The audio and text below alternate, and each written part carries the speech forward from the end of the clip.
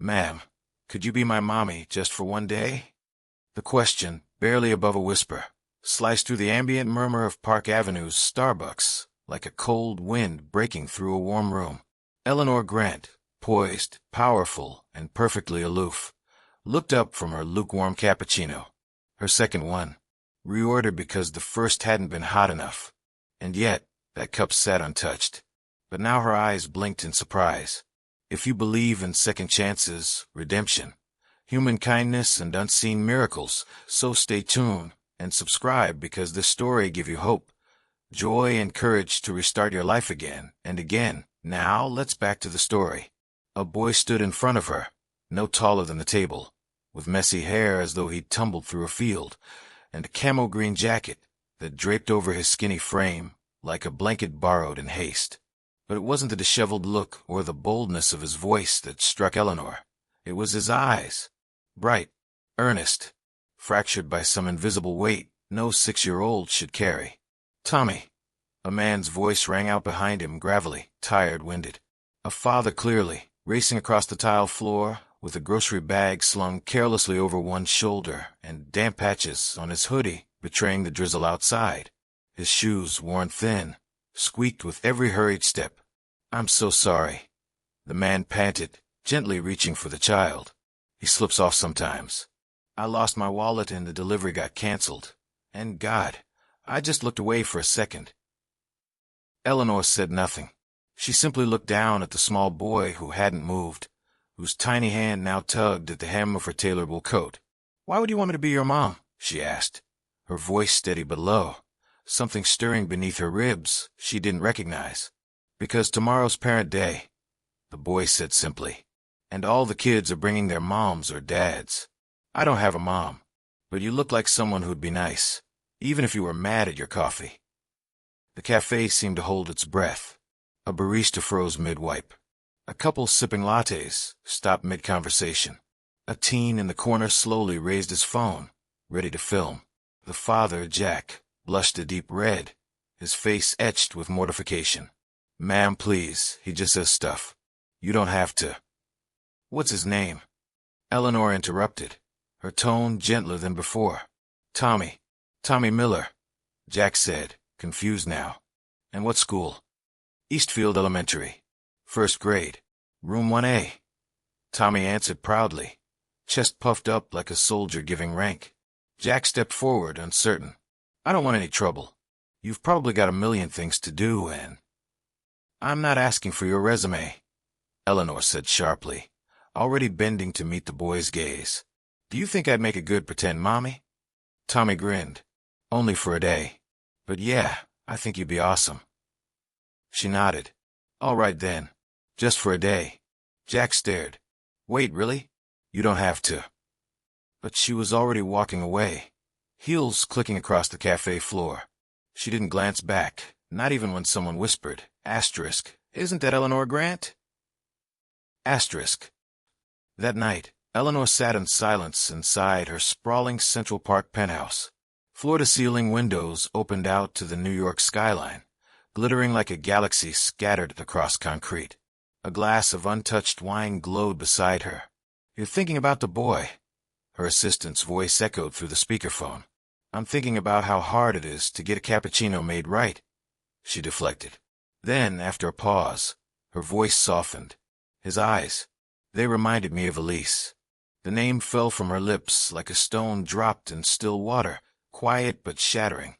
Elise, her sister, gone for 4 years, claimed by postpartum depression's invisible hands. The baby, too, lost. Eleanor had buried them both, and in doing so, she'd buried every soft part of herself. Since then, she'd been steel, calculated, cold. But a boy had looked at her with hope, and something inside cracked. 10 a.m., Eastfield Elementary. Eleanor emerged from her black Range Rover in a deep navy coat, sharp lines, understated elegance. No labels, no staff. In one hand, a modest bouquet of white daisies. In the other, a single cupcake inside a paper box. Near the schoolyard fence stood Tommy, shifting from foot to foot, eyes darting to each arriving car. Every passing second deepened his disappointment until he saw her. His face lit up like sunrise. "You came," he shouted, sprinting to her, face glowing. "I thought maybe you were just being nice," he confessed. "I don't make promises I don't intend to keep," she said, brushing his hair gently aside. He took her hand without hesitation. They crossed beneath a banner strung above the gate. Asterisk, welcome to Parents' Day, because love makes a family. Asterisk. Eleanor thought she was coming for a boy. She had no idea she was about to reclaim a piece of herself. She didn't do children, or sing-alongs, or juice boxes. She did mergers, balance sheets, hostile takeovers. But here she was, cross-legged on a tiny classroom rug that smelled like crayons and apple juice, a paper crown taped haphazardly to her head. She looked ridiculous. Her knees ached. Her coat was creased. And yet, "This is my mommy," Tommy declared to his classmates, then added shyly, "Just for today." Giggles erupted. Whispers trailed. "She's pretty. She smells like cookies and something expensive. Do all mommies wear high heels?" She almost corrected them, almost told them she wasn't anyone's mother. But Tommy was watching her, eyes shining with that fragile hope again. So she stayed. They painted. Her attempt at a rainbow resembled a declining stock graph, but Tommy called it awesome. They built foam towers. Hers collapsed instantly. They shared the cupcake. He asked if she ever ate without talking about stock options. "Rarely," she said with a smirk. "Even my dog had a portfolio." "You had a dog?" he gasped. She hesitated. "Had." A flicker of pain passed through her. Max, Elise's golden retriever, had died soon after Elise. Like he'd been waiting for her. Just as the memory threatened to swallow her, story's circle began. Miss Lopez handed her a book. Super Dads and Magical Moms. "Would you like to read?" No, she didn't want to. But Tommy held up the book with a look that shattered her defenses. So she read, stiff at first, too polished, too corporate. But as the kids leaned closer, eyes wide, laughter bubbling at every silly twist, she found a rhythm that felt right. Halfway through, Tommy curled against her side, head resting on her arm. "You smell like cookies," he mumbled, nearly asleep. She froze, not out of discomfort, but because it felt too much like something she hadn't realized she missed. From the doorway, Jack Miller watched. He had arrived silently, unnoticed, leaning against the frame as if unsure he belonged. When their eyes finally met, he nodded, soft, thankful. She returned it, throat tight. Later, Eleanor slipped into the hallway for air. Jack followed. "I didn't think you'd actually come," he said quietly. "I said I would." "A lot of people say things," he replied. Not bitter, just tired. Eleanor studied him, really looked. Beneath the scruff and fatigue, there was something solid, earnest, a quiet strength she hadn't seen in anyone in a long time. "How long have you been doing this alone?" "Since Tommy was 2. My wife passed, long illness. Since then, it's just been me. Delivery gigs. Whatever pays. I fix things. Patch what I can." He laughed dryly. "Ever try fixing a volcano for a school project while your kid's got a fever and your radiator's flooding?" She didn't laugh. She just said, "No, I haven't." A pause. "You didn't have to say yes to him," Jack said gently. "I know." "Then why?" "I think," Eleanor faltered. "I think I remembered what it felt like to want something and be too small to ask. But he asked anyway." Jack nodded. "Yeah, that sounds like him." From inside, Tommy's laughter rang out like sunlight. "He's different," Jack murmured. "Feels everything more. Notices what's missing." Eleanor looked toward the classroom. "So do I," she said softly. "You're welcome to stay," Jack offered. "You don't have to, but he'd like it." "I told him, just for a day." But she didn't move. Through the window, she watched Tommy show off their painting to another child. Beaming, that little boy had claimed her, if only for a moment, as something she never thought she could be. And for reasons she couldn't name, she hadn't corrected him. What if staying just a little longer wasn't as dangerous as she feared? What if, in fact, it was everything? She hadn't meant to return that night, but there she was, in her car, parked across from a modest apartment building. Second-floor window glowing with warm yellow light. Laughter drifting out into the autumn chill. She hadn't told the driver to stop. She just hadn't told him to keep going. And for the first time in years, Eleanor Grant waited. She saw them through the rain-speckled window before the driver even asked. "Shall I continue, Miss Grant?" he inquired with careful precision. But Eleanor said nothing. Her gaze was fixed on the figures ahead. The boy who once asked her to be his mother for just one day, and the man who hadn't asked her for a single thing. "Jack." "Tommy." Instead of responding, Eleanor opened the door. The cold air swirled in as she stepped out, but it didn't chill her. Not really. Something warmer was pulling her forward now. Something that had started as an accident. At least, that's what she'd told herself. It began innocently enough, a simple detour. She stopped by the school, under the pretense of dropping off a children's book. It was about space, tigers, and time travel. Something whimsical. Something a child would devour with wide eyes. The next week, she just happened to be walking past the park during recess. Then, curiously, she found herself comparing instant mac and cheese brands at the corner grocery store across from Jack's apartment. Not buying, just browsing. No list in hand. No real reason. "Of course," Jack noticed. "You lost again," he teased from where he stood, arms folded. Tommy perched proudly on his shoulders. "Or is this just where all the billionaires hang out now?" "I was buying groceries," Eleanor replied, her voice as flat as ever. "You didn't actually buy anything." She paused. "I changed my mind." Tommy leaned down, grinning ear to ear. "She just likes us, Dad. You can say hi."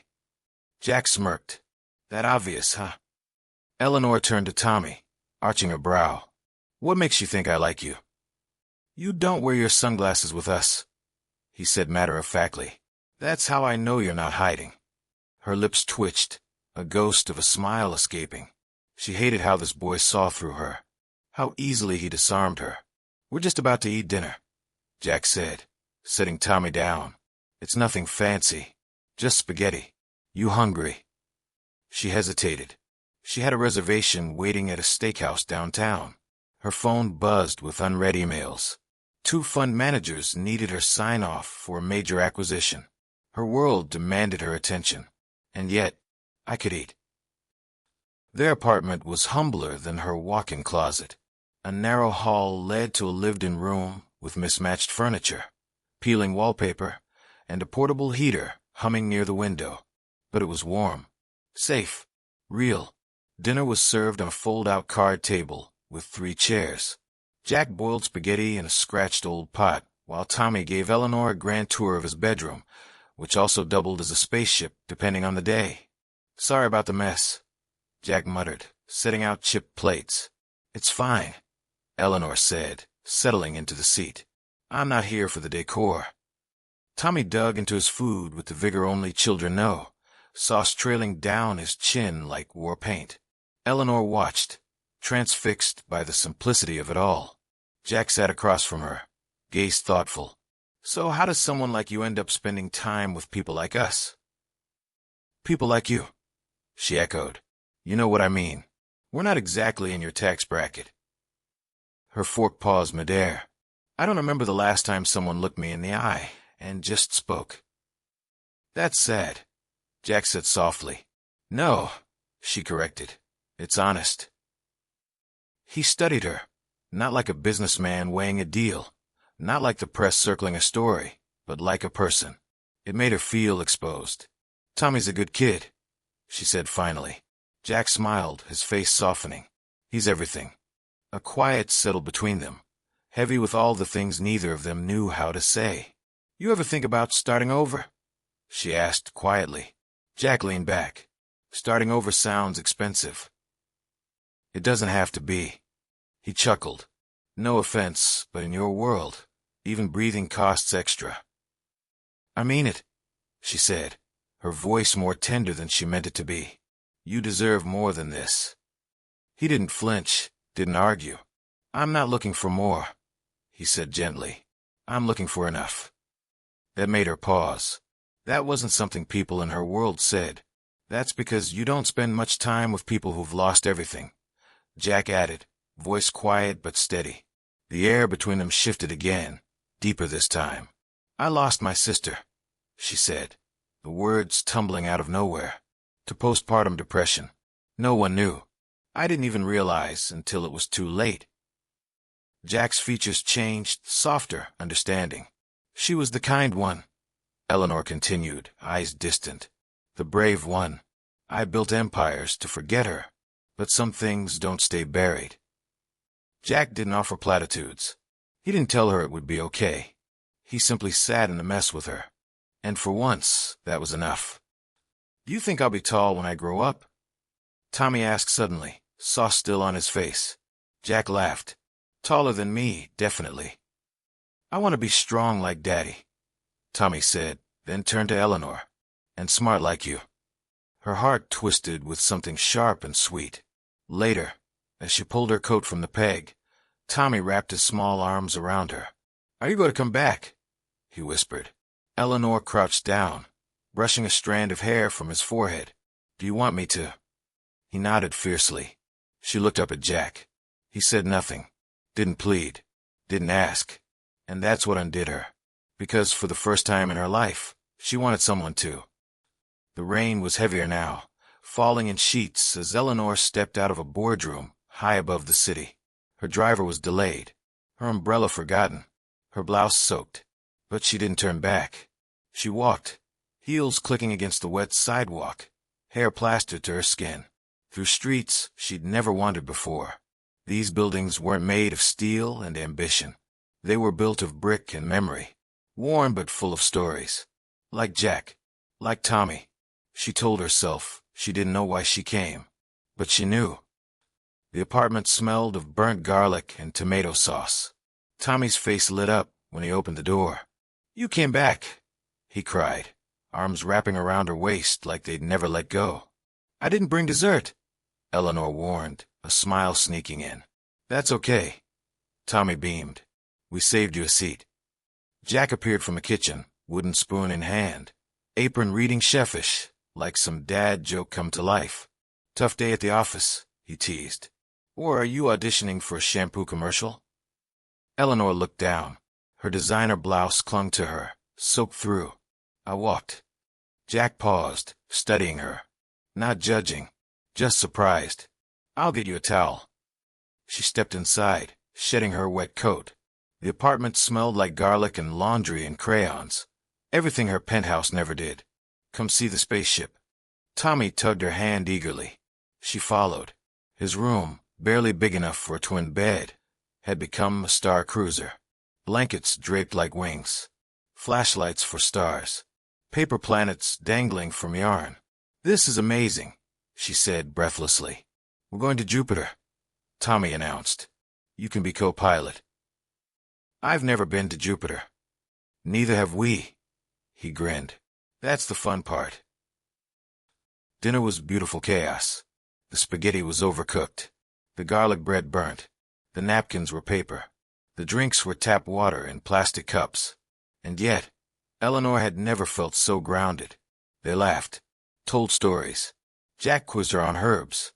Tommy sang between bites. You're not what I expected, Jack said later, after Tommy had passed out in a pile of comic books. What did you expect? Someone colder, sharper, someone who doesn't get spaghetti sauce on her blouse. She glanced down. A red smear bloomed near her collar. I haven't had a meal without a meeting in 5 years. Jack tilted his head. Do you ever get tired of it? Of what? Success. No. Of being alone. In a room full of people who only want what you can give them. She looked down the hallway, toward the sleeping boy. I used to think being needed was dangerous. That if someone needed me, they could hurt me. And now I think maybe not being needed at all is worse. Jack said nothing, just refilled her water. Not wine, not some $1,000 label, just water. And it felt like the kindest gesture anyone had offered her in years. At the door, Eleanor paused. He asked about you, Jack said softly. Wanted to know if you were still his just-for-a-day mommy. And what did you say? I told him the truth. That I don't know. Eleanor swallowed hard. He's getting attached, Jack added gently. And I just need to know, is this something real for you? Because it is for him. I don't know how to do this, she confessed. You don't have to be perfect. You just have to show up. It sounded so simple, and yet it meant everything. I don't want to be another person who walks away. Then don't. That night, Eleanor stood before her floor-to-ceiling windows, city lights winking at her like stars she no longer belonged to. Everything below her glittered, but felt a world away. She walked to her shelf, pulled out a pristine business manual, and set it aside. Then she opened her purse and pulled out a crayon drawing Tommy had given her earlier. Stick figures. One in a suit, one in a crown, one in curls, all holding hands. Above them, in rainbow letters, asterisk my family. Just for now. Asterisk. She stared at it, breath caught in her throat. Just for now doesn't have to stay just for now, a voice inside whispered. Could she believe in that? Could she trust something without contracts or conditions? That night, she didn't dine with presidents. She didn't drink wine under chandeliers. She sat in a mismatched kitchen, eating reheated pizza, with a 6-year-old who insisted she'd dip it in ketchup. And it was the most human thing she'd done in years.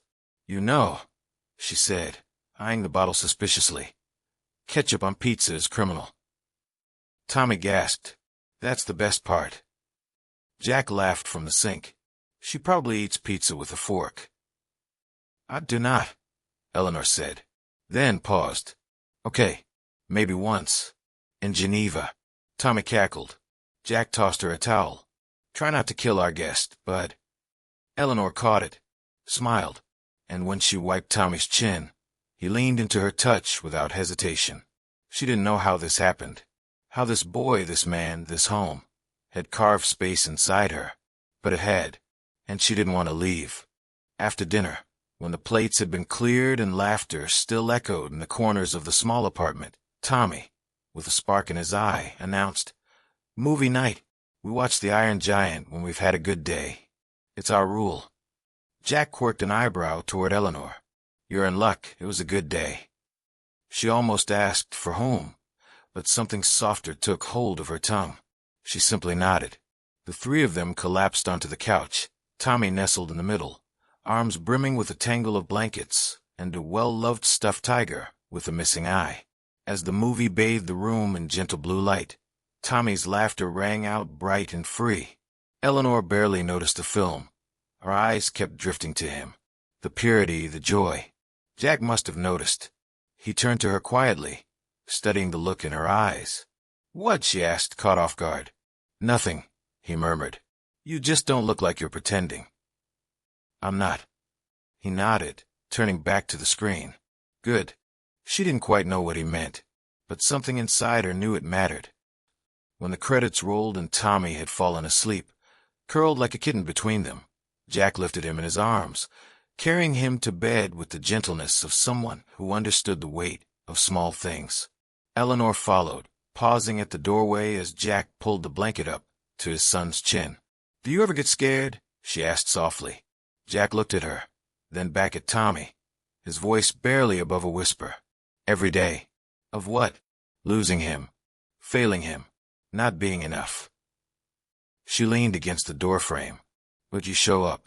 Every day. That has to count for something. Jack stood, his voice rough with truth. I used to think showing up was the bare minimum. But it's everything. Because the world doesn't wait for you. It doesn't care if you're tired or grieving. If you don't show up, it moves on. She swallowed the lump in her throat. You're a good father, Jack. He looked at her, steady and unblinking. And you're not what I expected. The silence between them was thick, but not uncomfortable. I don't know how to belong to something I didn't build, she confessed.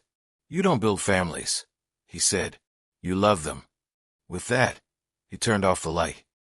Back in the living room, Eleanor lingered. Her coat was folded neatly over the armrest. Her phone buzzed with unread emails and missed calls, but none of them pulled her. Jack returned, drying his hands on a towel. You okay? I don't know. He nodded, as if that made perfect sense. You know, he said slowly. I used to think people like you didn't feel things. But now, I think you feel everything. You've just gotten good at hiding it. She laughed, soft and surprised. You're too perceptive for a man with 3 shirts. He smirked. 4. I bought a new one last week at Goodwill. She looked at him. The man before her, no masks, no armor. Just truth. And it humbled her more than any boardroom defeat ever could. What if I don't know how to stay? She asked, voice smaller than she intended. He didn't move, didn't flinch. Then start with dinner.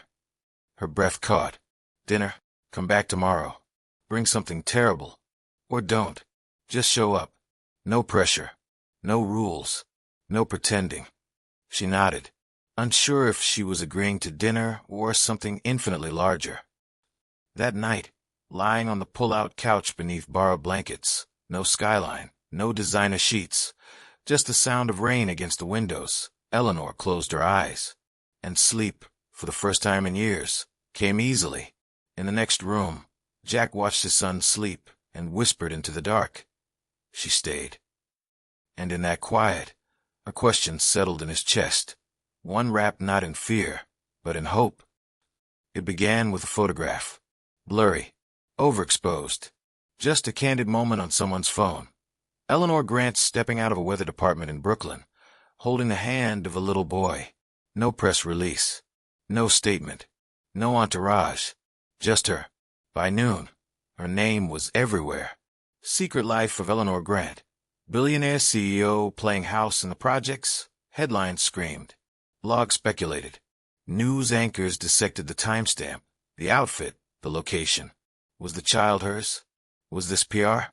A secret affair? Jack Miller's name came up too. But there was blessedly little to find. No scandals. No social media. Just tax records and a mountain of debt. Eleanor saw the headlines too late. She didn't call. Didn't show up for dinner that night. Tommy waited, legs swinging, eyes fixed on the door. Maybe she got busy, Jack said gently, placing untouched grilled cheese on the table. She said she'd come. Tommy whispered. She promised. And Jack, who had spent years teaching his son that people leave, had no words this time. 3 days passed. On the 4th morning, Jack opened the door and found her there. No makeup. No bodyguards. Just Eleanor. She looked exhausted. Can I come in? She asked. Tommy's footsteps echoed down the hall. He froze, as if unsure she was real. She dropped to her knees. I'm so sorry. He flew into her arms. Later, with Tommy asleep in her lap, Jack poured 2 mugs of coffee. His eyes stayed on her. Why didn't you tell me? She didn't pretend not to understand. Because I didn't want this part of my life to feel like a transaction. He handed her a mug. You think I'd have treated you differently if I'd known you were a billionaire? Wouldn't you have? No, because I never cared about your last name. I cared about how you looked at my son, like he mattered. She blinked hard. It's been a long time since anyone saw me without the title. You know what I see, Jack said. A woman who let a 6-year-old cover her in glitter on my busted couch. That woman, she's real. She laughed, tears clinging to her lashes. You're not going to give me a lecture? No, but I will give you a question. She waited. What do you want this to be? The words landed like thunder. I don't know. Then figure it out, he said, before someone else does it for you. But the world didn't wait. That weekend, a black SUV pulled up outside the apartment. A man in a suit handed Jack an envelope. It was a formal warning from a corporate oversight committee. Eleanor Grant's presence in the media, linked to an emotionally vulnerable civilian and child, was now considered a reputational risk. Continued association could spark a shareholder inquiry. Jack read the letter in silence. When Eleanor arrived that night, he didn't say hello, just handed it to her. She read it. Her hands trembled. I didn't authorize this, she said. But you built a machine that did. Jack replied. No anger. Just truth. I can fight it. I can fix this. Can you? He asked. Because the next time someone decides we're inconvenient, I don't want my son wondering if he mattered. She stepped forward, fire behind her eyes. Don't do that. Do what? Pretend like I don't care. Jack's voice cracked. I know you care. That's the problem. Because now I care too. They stood on either side of the room, closer than ever, and miles apart. I didn't ask for this, she whispered. No, he said, but you answered anyway. That night, she didn't stay. Tommy kissed her goodbye with sleepy innocence, not understanding how tangled love could be. Jack watched her go. Back in her penthouse, Eleanor stared out at the glittering skyline she once ruled, and wondered, was everything I built too fragile to hold the one thing I want most? Not control, not acclaim, belonging. It arrived in a white envelope. No return address. Just the words, petition for guardianship, Daniel Marks. Tommy's biological uncle. Jack's hands trembled. Daniel, the ghost from his past. Jack hadn't seen him in 6 years. Not since Elisa's funeral. Not since Daniel had stood at the graveside and hissed, "You weren't enough for her. You'll never be enough for him." Now Daniel was back. Eleanor read the papers, jaw tight. We'll hire the best attorney in New York. We'll end this. Jack shook his head. It's not just legal. It's personal. He wants to hurt me. He doesn't get to win, she said. This isn't your fight. It is now. At the hearing, Daniel arrived in a tailored suit, flanked by a lawyer with a shark smile. Jack wore the only suit he owned. It had belonged to his father. It didn't fit perfectly, but it was enough. Eleanor sat behind him, silent, still powerful. When Tommy walked in, hand in Jack's, the judge offered a soft smile. "Hello, Thomas. Thank you for being here." Tommy nodded, then whispered, "Are we going to be okay?" Jack squeezed his hand. "Always." Daniel's lawyer painted Jack as a man barely holding on, no college degree, unstable income, no insurance. "This man is struggling to survive," the lawyer declared. "How can he build a future?" Jack didn't flinch, but his hands curled tightly. Then Eleanor stood. Her voice was calm, clear, unshakable. "I've worked with world leaders. I've built billion-dollar companies. And I have never seen anyone more devoted than Jack Miller is to his son." The room went still. He doesn't throw money at problems because he doesn't have money. He throws himself, without ego, without excuse. And in a world addicted to shortcuts and appearances, that is the very definition of strength. And just like that, the world began to see what she had seen all along. A father who showed up, a child who mattered, and a woman who finally let herself belong.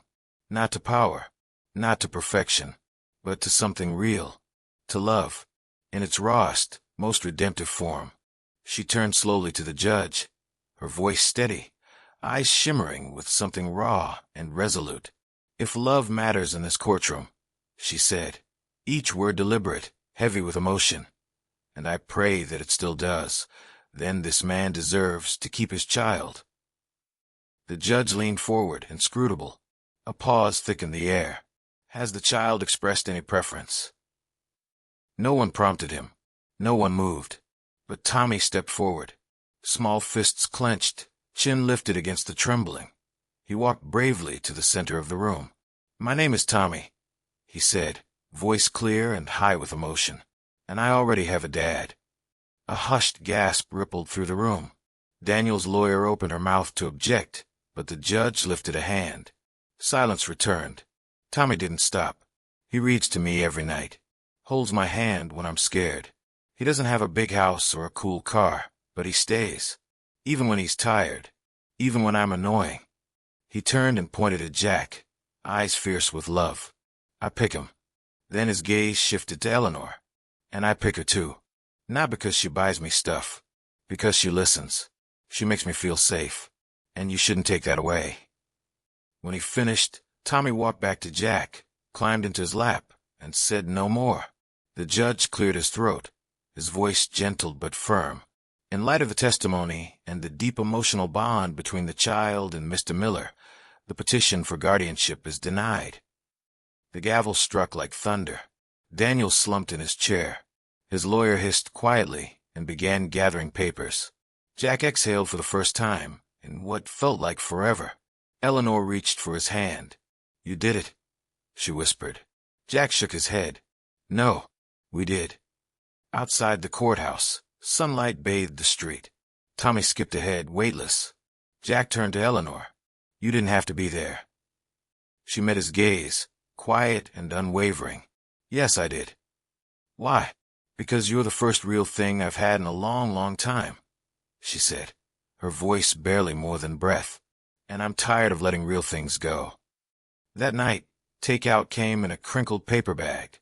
They sat around the kitchen table, mismatched chairs and flickering overhead light, hearts full. Tommy opened a fortune cookie and read aloud, eyes wide with meaning. It says, "Family is not who you're born to. It's who you hold on to." He looked up, grinning. "I think that's about us." They didn't need champagne. No glittering toasts. No applause. Just 3 crowns from a dollar store and a homemade banner in crayon that read, "We did it." Eleanor wore hers all night. Jack tried to resist, but failed to hide a smile. Tommy beamed like a king. The win in court wasn't just legal, it was spiritual. A restoration. A reckoning. Eleanor came more often now. Not as a guest. Not as a visitor. But as someone who belonged. She brought soup on long workdays. Stayed for bedtime stories. Watched cartoons and pretended not to laugh. Her heels found a home beside Jack's battered boots and Tommy's flashing sneakers. "You should just move in," Tommy said one night as she tucked him in. She blinked, caught off guard. "That's a big suggestion." He shrugged. "You're here all the time. You make Dad smile more. And you don't burn grilled cheese." She chuckled. "That's quite the endorsement." His voice softened. "People leave. But you didn't. That's why I think you're already kind of our family." Her throat tightened. She brushed back his hair and whispered, "Thank you for picking me."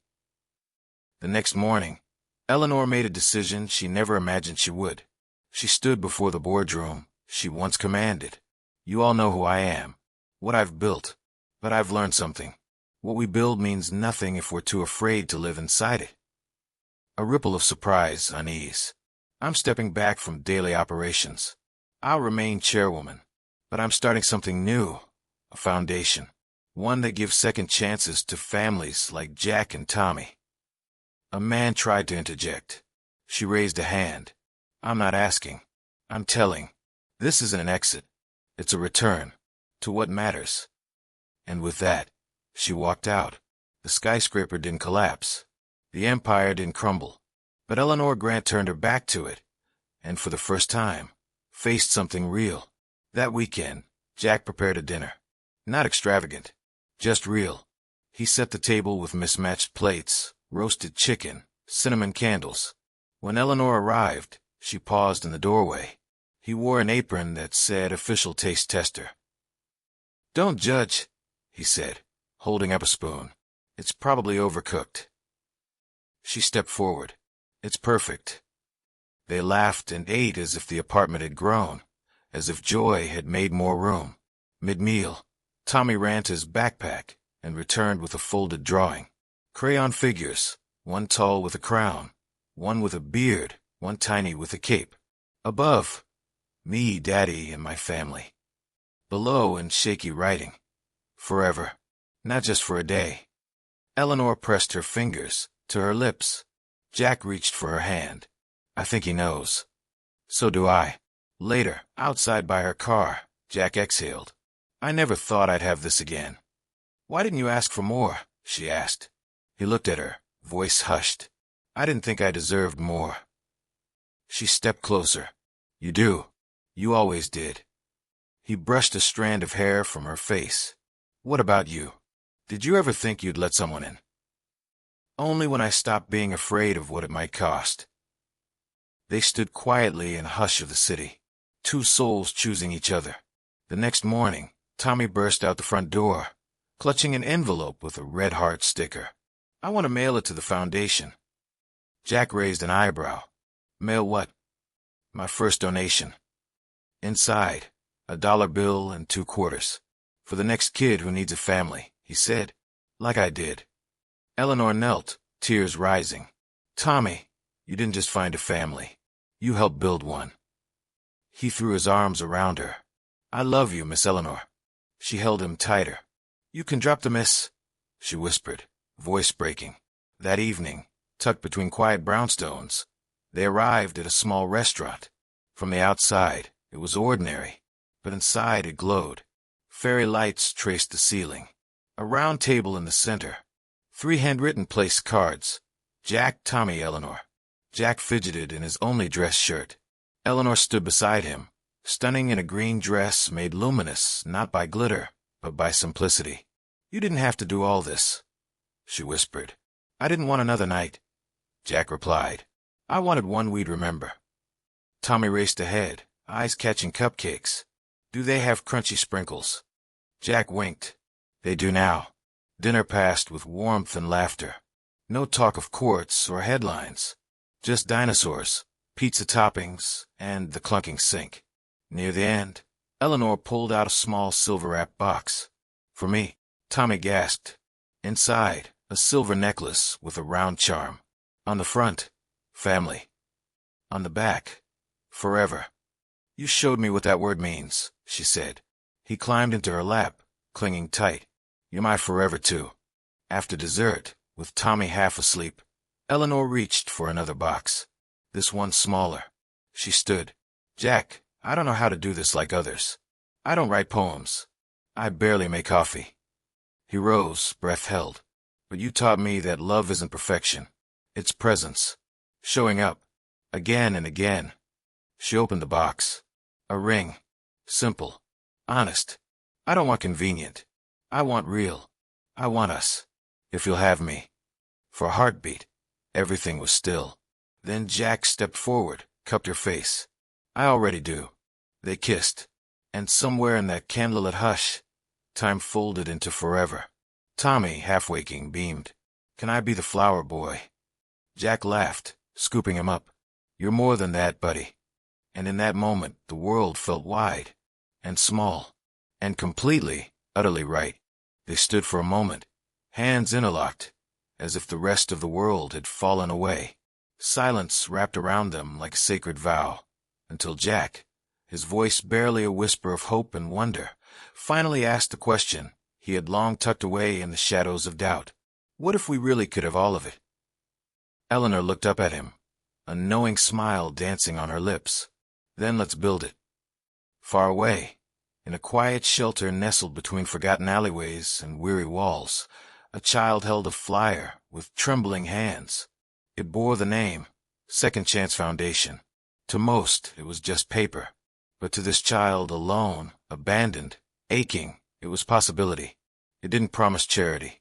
It promised dignity. Not pity, but the hope of being chosen. Like Jack. Like Eleanor. Like Tommy. There were no headlines. No trending hashtags. No press releases screaming of redemption. But for those who truly knew them, something had changed. Eleanor's voice had found a softer edge. Jack's steps were steadier. And Tommy had started drawing 4-person families in crayon, with a dog and a backyard. It began not with fireworks, but with something quieter. A decision made in the stillness of morning. Eleanor stood before a mirror, holding a box. Inside, the ring Jack had slipped onto her finger weeks earlier. Simple, solid, radiant with meaning. Beside it, a new key. To a life not yet lived. A home not yet filled, but dreamed into being. Their wedding, when it came, looked nothing like what the tabloids would have expected from a woman once named one of the world's most powerful CEOs. No cathedral, no satin aisle, no orchestras or senators. Just the garden behind their modest new home, kissed by sunlight, and blooming with white roses. Tommy had picked himself. Jack stood beneath a handmade wooden arch, wearing a pressed but modest suit, with a cartoon dolphin tie Tommy had proudly clipped on for him.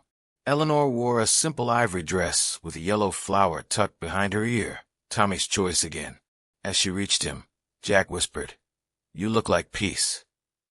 She smiled, eyes tender. "And you look like home." They didn't need vows rehearsed or scripted. Jack took her hands, his voice rough and full of gravity. "I spent so long believing love meant sacrifice, that I had to carry everything, survive everything. But then you came into our lives, and taught me love doesn't mean enduring. It means healing. It means choosing.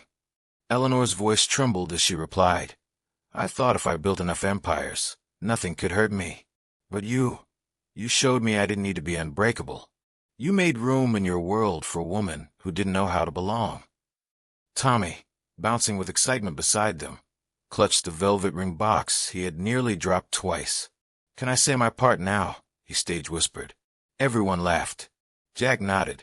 Tommy cleared his throat, trying to summon the solemnity of a grown man. I just want to say, he began, I picked both of you first.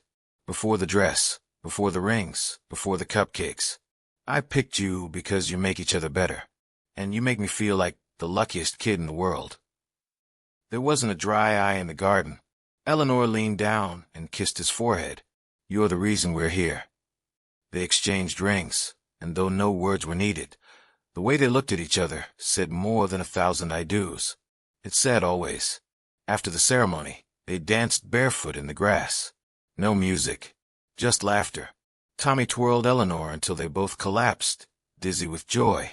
Jack kissed her like time had finally stopped watching. Later, when the guests had gone and the candles burned low, Jack stood in the doorway of their new home, the stars above twinkling like quiet witnesses.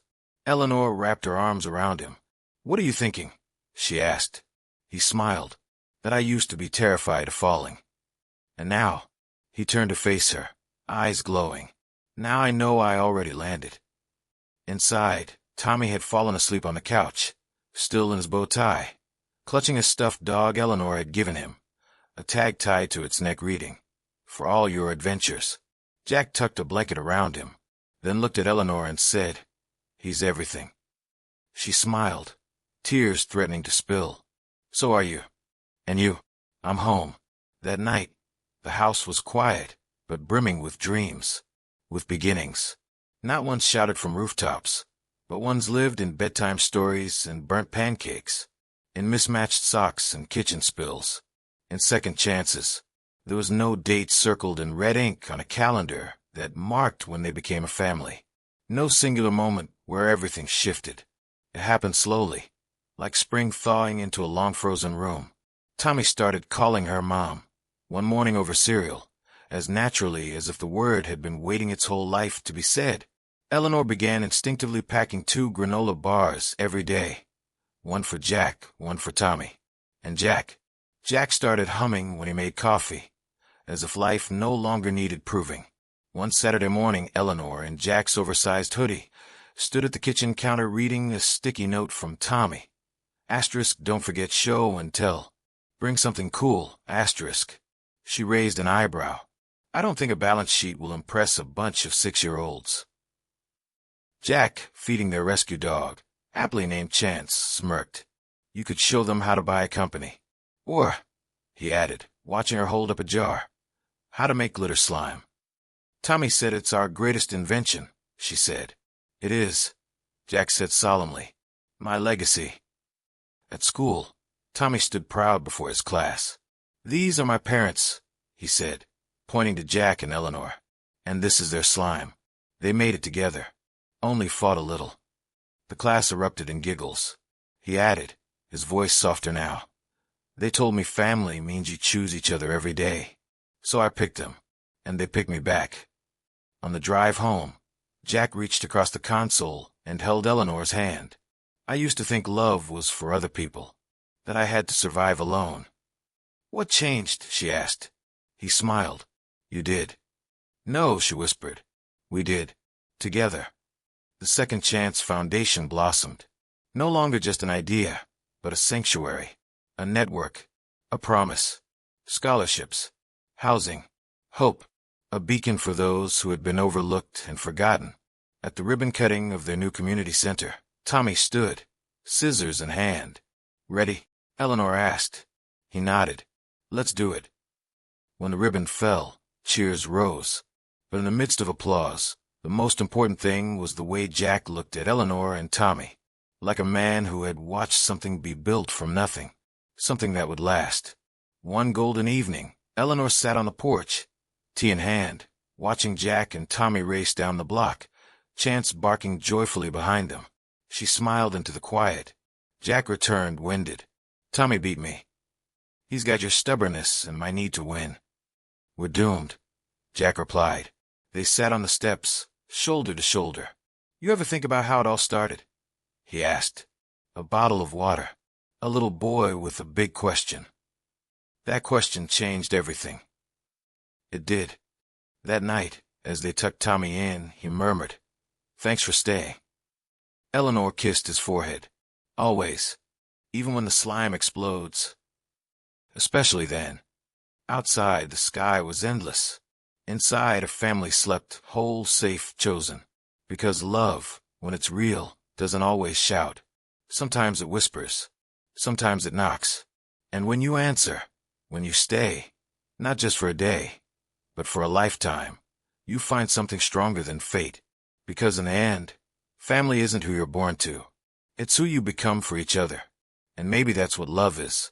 Not the grand gestures, but the quiet decision to build something beautiful. Together.